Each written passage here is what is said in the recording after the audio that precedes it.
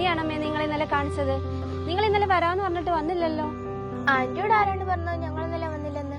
ഞാനും അപ്പയും അമ്മയും അമ്മച്ചിയും ഇന്നലെ വന്നായിരുന്നല്ലോ. അതപ്പോ ഞാൻ അറിഞ്ഞില്ലല്ലോ. ഒരുപക്ഷെ മോൾ അറിഞ്ഞിട്ടില്ലായിരിക്കാം. നീ നിർബന്ധിച്ചുകൊണ്ടാണ് ഞാൻ ആ വീട് സ്ഥലം എന്റെ മകന് വേണ്ടി വാങ്ങാൻ തീരുമാനിച്ചത്.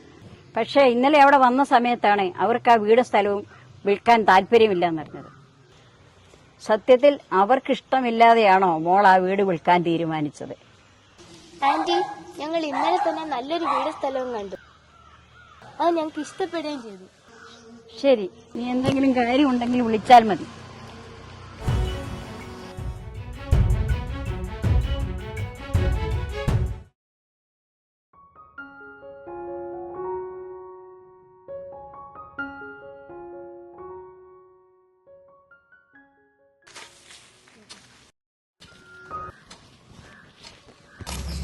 അമ്മേ, എന്താ മോളെ?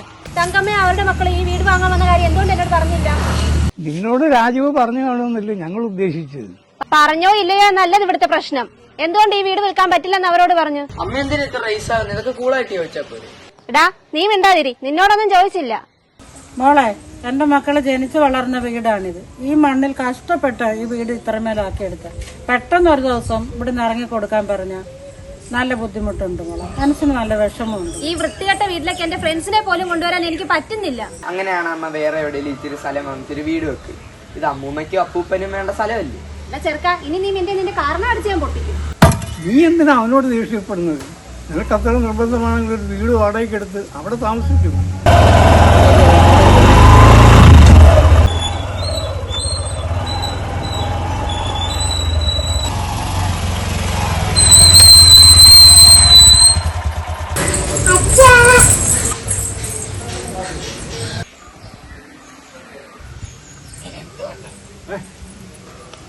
എന്താണ് റോഡ് കേൾക്കാൻ നിങ്ങളുടെ സംസാരം? ഒന്നുമില്ലച്ചാ, ഈ അമ്മ അവിടെ കിടന്ന് ചുമ്മാ സീനാക്കും. അതും വീട് വിൽക്കണമെന്നും പറഞ്ഞു. ഇഷാനെ, നീ നിർത്തിക്കോ. കുറെ നേരമായിട്ട് ഞാൻ നിനക്ക് വാണിംഗ് തരുന്നു. അപ്പൊ ഞാൻ അവിടെ കണ്ട സത്യമൊന്നും ഞാൻ പറയണ്ടേ? ഷാനെ, അല്ല നിന്റെ ഉദ്ദേശം എന്താണ്? ഈ വീട് സ്ഥലം വിൽക്കാനാണോ? ഈ അച്ഛന്റെ അമ്മയുടെ മരണശേഷം അല്ലാതെ അതിനെ കുറിച്ച് ചിന്തിക്കാൻ പോലും ചെയ്തു. ആ വെള്ളം മോളങ്ങ് വാങ്ങി വെച്ചു. ഓക്കെ, എല്ലാവരുടെ ആഗ്രഹം പോലെ തന്നെ നടക്കട്ടെ. ഈ വീട് വിൽക്കണ്ട. പക്ഷെ ഞാൻ എന്റെ ഓഫീസിന്റെ അടുത്ത് വലിയൊരു വീട് റെന്റിലെടുക്കും. ആ വീട്ടിലേക്ക് അച്ഛനോ അമ്മയോ വരാൻ പാടില്ല. ഇതിന്റെ ഉറച്ച തീരുമാനമാണോ? അതെ, ഇതെന്റെ അവസാന വാക്കാണ്. മോനെ, നിങ്ങളൊരു കാരണവശാലും ദുഃഖിക്കണ്ട. ഞങ്ങൾ നിങ്ങൾക്കൊരു ഭാരമാകാൻ ഉദ്ദേശിക്കുന്നില്ല. അച്ഛൻ പറഞ്ഞത് തന്നെ എനിക്കും പറയാനുള്ളത്.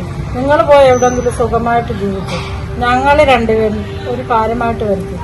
എന്നെ ആരും നിർബന്ധിക്കണ്ട. ഞാനും അപ്പൂപ്പന്റെ അമ്മൂമ്മയും കൂടെ ഈ വീട്ടിലാണ് ഞാൻ നിൽക്കാൻ പോകും. ആ, ഇത് വീണ്ടും ചെലവ് പറഞ്ഞല്ലോ. നീ ആരെങ്കിലും ഉണ്ടോ? ഞാൻ എങ്ങോട്ടും പോകുന്നില്ല. ഞാൻ ഇവിടെ നിൽക്കുന്നു. എനിക്ക് വീണ്ടും ലോട്ടറി അടിച്ചല്ലോ. എന്നെ അങ്ങനെ ആരും തോൽപ്പിക്കാന്ന് വിചാരിക്കണ്ട. എല്ലാത്തിനും ഞാൻ കാണിച്ചു തരാം. മിണ്ടാതിരിക്കുക. അവിടെ സ്വഭാവം നിനക്കറിയത്തില്ല.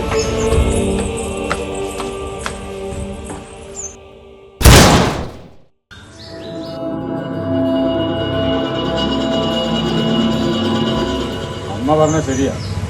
മൂത്ത ഭാഗത്തുനിന്ന് വീണ്ടും പുതിയ പ്രശ്നമായിട്ട് വരുന്നുണ്ടല്ലോ.